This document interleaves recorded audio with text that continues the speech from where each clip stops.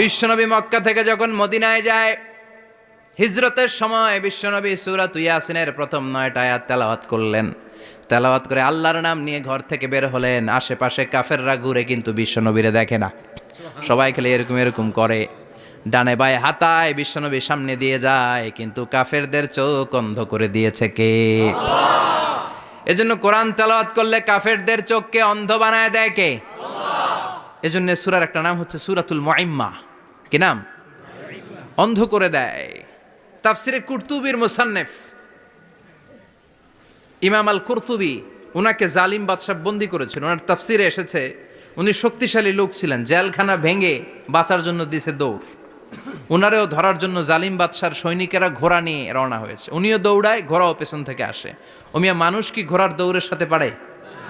উনি হাঁটতে হাঁটতে হয়রান হয়ে এক বালুর ময়দানে যে ধপাস করে পড়েছেন। ওরাও